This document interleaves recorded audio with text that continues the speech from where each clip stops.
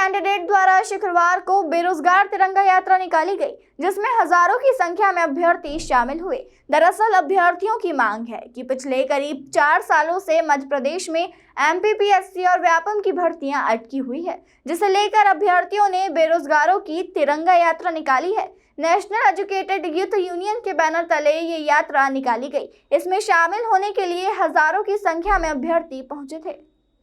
अभ्यर्थियों ने बताया कि 4 सालों से कई भर्तियां अटकी हुई है। बावजूद इसके ना तो शासन प्रशासन और ना ही राज्य सरकार इस ओर ध्यान दे रही है, जिसे लेकर अभ्यर्थियों में रोष है। अपना विरोध जताने और सरकार को जगाने के उद्देश्य से इस यात्रा का आयोजन किया गया है। बेरोजगारों की तिरंगा यात्रा इंदौर और जबलपुर में एक साथ एक ही समय पर निकाली गई। वहीं यात्रा की सफलता के बाद पूरे प्रदेश में अभ्यर्थी तिरंगा यात्रा निकालने की तैयारी कर रहे हैं।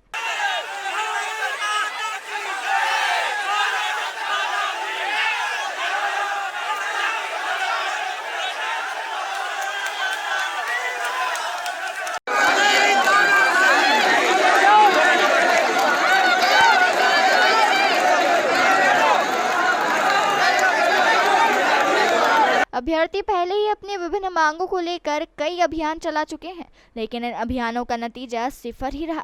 अभ्यर्थियों की मांग है कि एमपीपीएससी के रुके हुए रिजल्ट जल्द घोषित कर ज्वाइनिंग दी जाए, ओबीसी आरक्षण केस का जल्द निराकरण किया जाए, पीईबी की एमपीएसआई, एमपी पटवारी एवं अन्य सभी भर्तियां निकाली जाए, एमपी टीईटी वर्ग 3 का जल्द निराकरण किया जाए।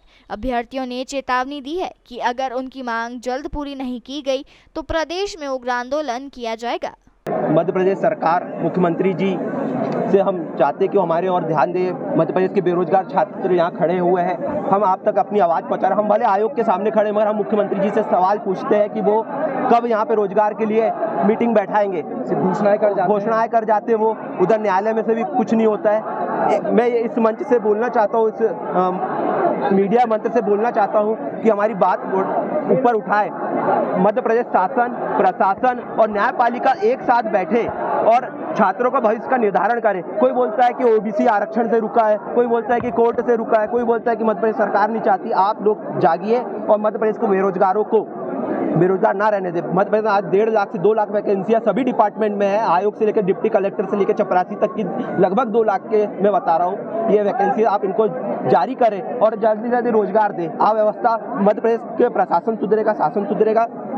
और आपने जैसा भी एक सवाल किया था कि आप लोग क्या, हम छात्र, हम बेरोजगार, हम यहाँ पे कोई राजनेता या नेता पार्टी से नहीं है। हम यहाँ पे बस ये कर सकते हैं, भूख हड़ताल पे बैठ सकते हैं, इसके बाद हमारा हुई है। वो कोई अंदर से तो आए जो बात करे, हमको सिर्फ शांत किया जा रहा है। हम शांत हैं, हम प्रशासन का बिल्कुल साथ दे रहे हैं, कोई उसमें वो नहीं, हम नॉन वायलेंस होना नहीं चाहते हैं। बस कोई अंदर से आए और हमारे सवालों का जवाब दे, उसका निराकरण करें, हम यही चाहते हैं। और सर एक और चीज़ है कि हम बच्चे पढ़ने वाले बच्चे हैं, हम ये आंदोलन करने वाले थोड़ी है। मतलब कुछ अति हुई होगी, मतलब 5-6 साल हुए हैं जब जाके हम आंदोलन में आए हैं, ये तो हम नहीं चाहते हैं आंदोलन करना सर। और हम बड़े अधिकारियों की पोस्ट में, हम अधिकारियों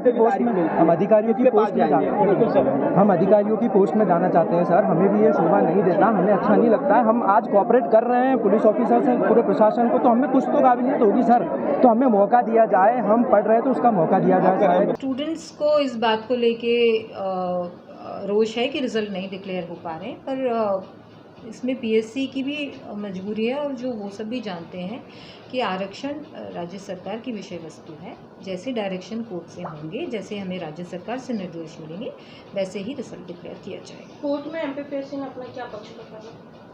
कोर्ट में एमपीपीएससी ने पहले ये बोला था कि कुछ लोगों को बढ़ा के रिज़ल्ट डिक्लेयर कर दिया जाए, जिस पर अप्रैल में ये आदेश आया कि नहीं, ये पॉसिबल नहीं है। उसके बाद से उस प्रक्रिया को भी होल्ड कर दिया है। हमारे वकील हर पेशी पे जाते हैं और अपना स्टैंड लेते हैं, और जैसे ही कुछ, और कोर्ट भी अब जल्दी तारीखें लगती जा रही हैं। Hopefully matter will be resolve, और जैसे भी डायरेक्शन आएंगे जैसा भी निर्णय होगा उसका। आज एमपीपीएससी के एस्पिरेंट्स एकत्रित होकर आए थे काफ़ी संख्या में, और उन्होंने एक ज्ञापन दिया था अध्यक्ष महोदय के नाम से।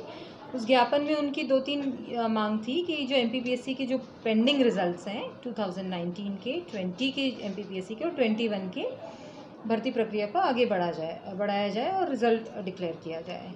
तो इसमें उन सभी को बताया गया है कि पीएससी अपने सभी एग्ज़ाम्स टाइम में कराने के लिए कमिटेड है, पर चूंकि इसमें मैटर ऐसा हो गया है, आरक्षण का मामला है और वो कोर्ट में मैटर सब जुडिस है, जिसमें एमपीपीएससी भी पार्टी है, और जब तक अब कोर्ट से डिसाइड नहीं होगा आगे की प्रक्रिया बढ़ाई नहीं जा सकेगी और इसके लिए रिज़ल्ट्स डिक्लेयर नहीं किए जा सकते, जबकि रिज़ल्ट्स बनाने की प्रक्रिया इवन सब तैयारी चल रही है। इंटरनल जो पीएससी का काम है वो सब चल रहा है, चीज़ें हो रही हैं और तैयारी भी है, और जैसे ही मैटर डिसाइड होगा पीएससी की तैयारी पूरी है और रिज़ल्ट डिक्लेयर करने की हम पोजीशन में रहें। अलग अलग स्टेजेस पे अलग अलग रिज़ल्ट्स हैं, पर 2019 की जो पीएससी है जो 20 में हुई थी उसकी प्रीलिम्स का रिज़ल्ट दोबारा निकालना है, 20 वाली की भी प्रीलिम्स का रिज़ल्ट रिवाइज़ करना है, और 21 की तो अभी 19 जून 22 को एग्ज़ाम हुई है, उसकी रिज़ल्ट प्रोसेसिंग का काम चालू है। पीएससी की प्रक्रिया ये है कि जिसने जब फॉर्म भरा था उस समय उसकी जो एज रहती है, तो हो सकता है कि इसमें डिले हो रहा है, not because of PSC, but फिर भी जो प्रक्रिया का टाइम लग रहा है, पर जो उस समय एलिजिबल था वो चाहे 1 साल और लगेगा तो वो एलिजिबल रहेगा। इसमें डी बार होने जैसी कोई बात नहीं, और हम लोग हर साल पीएससी तो डिक्लेयर करते ही जा रहे हैं। इवन हमने 19 की 20 की 21 की और very soon we will be issuing applications for 22 also. तो हर साल बच्चे एलिजिबल जो रहेंगे उनको पूरा मौका मिलेगा, किसी को भी अपॉर्चुनिटी से वंचित नहीं किया जाए।